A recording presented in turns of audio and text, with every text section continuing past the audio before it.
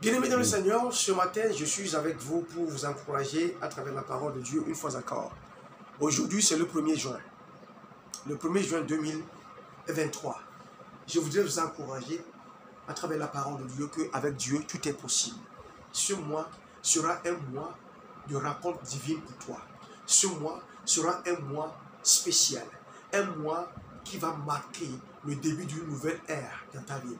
Le début d'une élévation, d'une promotion dans ta vie. Ce mois, quand tu vas regarder, marque ce jour. Il faut marquer ce jour. Ce jour, le 1er juin 2023.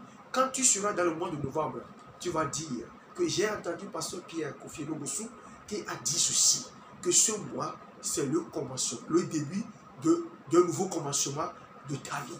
Il y a quelque chose qui va changer drastiquement. Il y a quelque chose qui va changer radicalement dans ta vie. À compter d'aujourd'hui, marque ce jour, je te dis, avec Dieu, tout est possible. Et quand nous parlons de la parole de Dieu, c'est que la parole de Dieu a une onction en elle-même qui transforme des vies. Ta vie ne restera plus jamais la même. Quel que soit le degré de bassesse que tu traverses aujourd'hui, je voudrais te rassurer, ma soeur. Je voudrais te rassurer, mon père, ma mère. Je voudrais te rassurer, mon frère, monsieur, madame. Quel que soit ce que tu traverses aujourd'hui, il y a une fin pour ça. Et pour que tu puisses rester en vie, pour voir la gloire qui t'attend, il te faut la foi. La foi en quoi? Pas la foi en une idole, pas la foi en un arbre, mais la foi dans la parole de Dieu. La foi en Jésus-Christ. Parce que la Bible dit dans Romains chapitre 10, le verset 17, que la foi vient de ce que l'on attend, et ce que l'on attend vient de la parole de Dieu. Et c'est quoi la parole de Dieu? La parole de Dieu, c'est Jésus-Christ. Comment est-ce que je le sais? La Bible nous dit, dans Jean chapitre 14, la Bible nous dit dans le livre de Jean, et la parole s'est faite chair. Oui, dans Jean chapitre 1, le verset 14. Jean chapitre 1, le verset 14. Et la parole s'est faite chair et a habité au milieu de nous, pleine de gloire.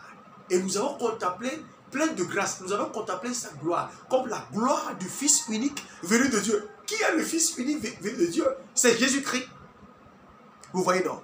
Et dans Apocalypse chapitre 19, le verset 13b, Apocalypse chapitre 19, verset 13b, la Bible nous fait savoir, la Bible nous fait savoir que qu'il a vu, ça c'est Jean le bien-aimé, il a eu la révélation que Jésus-Christ lui a donnée de son identité, de sa personnalité divine. Il lui a dit, il lui a révélé que Jean a dit, Jean le bien-aimé, a dit que je l'ai vu, j'ai vu qui? J'ai vu Jésus-Christ, habillé sur un cheval. Jésus-Christ habillé sur un cheval, habillé d'un boubou trempé de sang. Son nom, c'est la parole de Dieu. Maya Katoriaba. Son nom, c'est la parole de Dieu. La parole de Dieu a une capacité, un niveau d'onction qui transforme de vie. Je te rassure. Si tu veux être transformé, bien sûr, le travail peut transformer ta vie, le travail te donner une belle vie. Mais la vie qui est une vie transformée, je t'assure, viens à Jésus. Ce Jésus-là, c'est la parole qui s'est faite chair. Accepte la Bible. Accepte les instructions de la Bible. Accepte Jésus à travers la parole. Parce que c'est la parole qui s'est faite chair. Voilà pourquoi tu es créé à travers la parole de Dieu. Dieu a dit, créons l'homme à notre image. Et Dieu créa l'homme à son image. Et nous sommes à sa ressemblance. Il souffla à nous et que nous sommes devenus des êtres humains vivants. Bien-aimé, as-tu besoin d'un changement? Tu as tout et tu es tout. Vu ta qualification socio-professionnelle, tu es OK. Mais toi-même, tu sais que quelque chose en manque. Cette chose-là, c'est Dieu.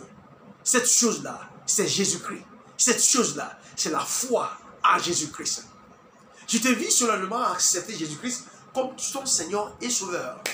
Une fois que tu es venu à la rencontre, tu me rencontres sur les réseaux sociaux, tu écoutes cette parole, je t'invite à accepter Jésus-Christ comme ton Seigneur et Sauveur.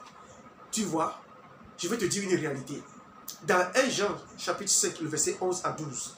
1 Jean, chapitre 5, le verset 11 à 12. Nous allons essayer de lire ça pour en venir à la conclusion.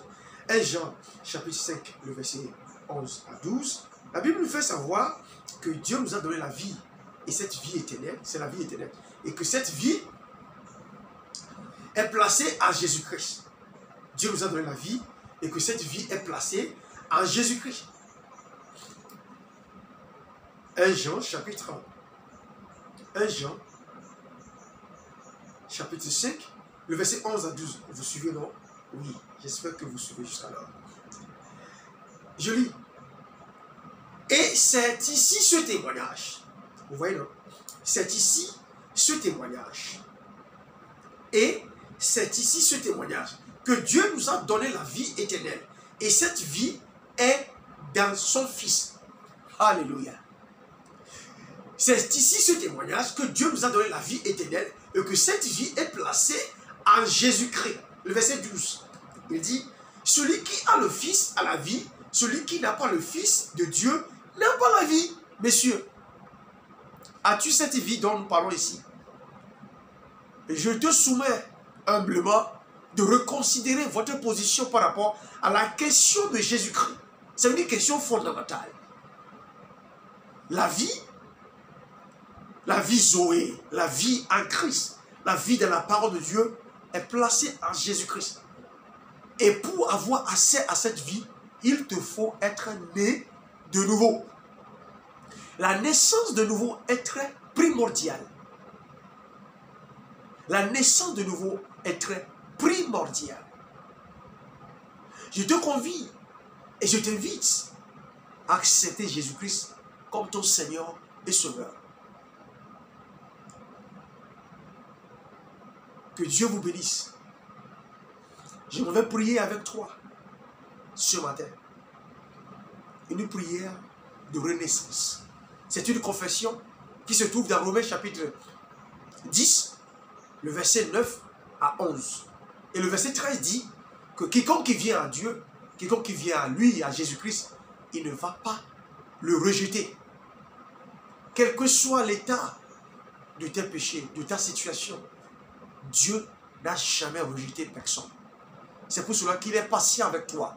Aujourd'hui que tu écoutes ce message, c'est un temps pour toi. C'est un moment pour toi. C'est ton temps d'être sauvé. C'est ton temps d'avoir accès à cette porte de la vie éternelle. La vie en Jésus-Christ.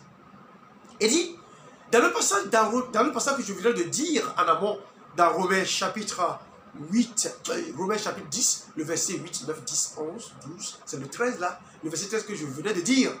Dans le verset 8, il s'est dit, verset 9, 10, 11, il dit que quand vous croyez dans votre cœur que Jésus-Christ est Seigneur et que vous confessez par vos lèvres, vous confessez par votre bouche qu'il est ressuscité, deux choses vous sont garanties. La première est que vous êtes justifié. La seconde est que le salut vous est accordé. Messieurs et mesdames, aimeriez-vous soumettre votre vie à Jésus-Christ maintenant? Je voudrais prier avec vous. Répétez humblement ce que je vais dire. Les prières. Prions. Dis, Seigneur l'Éternel des armées, je te remercie. Je te remercie pour cette parole que je viens d'écouter. Je te remercie pour le nom de Jésus-Christ. Aujourd'hui, je me suis rendu compte à travers ce message que aucun savon médical ne puisse me laver, me nettoyer, sauf le sang de Jésus-Christ versé à la croix. Jésus, je reconnais que je suis pécheur. Oh Seigneur, pardonne-moi. Jésus-Christ, lave-moi de mes péchés. Lave-moi de mes erreurs. Par ton sang, ton unique sang. Seigneur, je reconnais que tu es le Fils unique de Dieu. Tu es venu mourir à la croix, ressusciter le troisième jour. Tu es parti pour revenir, ramener tous ceux qui croiraient en ton nom, être avec toi là où tu seras. Aujourd'hui, je crois en ton message. Aujourd'hui, je crois en ta parole. Jésus-Christ, je t'invite aujourd'hui à faire un avec moi. Jésus-Christ, je te donne ma vie aujourd'hui. Viens, rentre dans ma vie. Rentre dans mon cœur. Sois le maître de ma vie. dirige-moi, guide-moi. Ô Jésus-Christ de Nazareth, donne-moi la vie éternelle. Écris mon nom dans le livre de la vie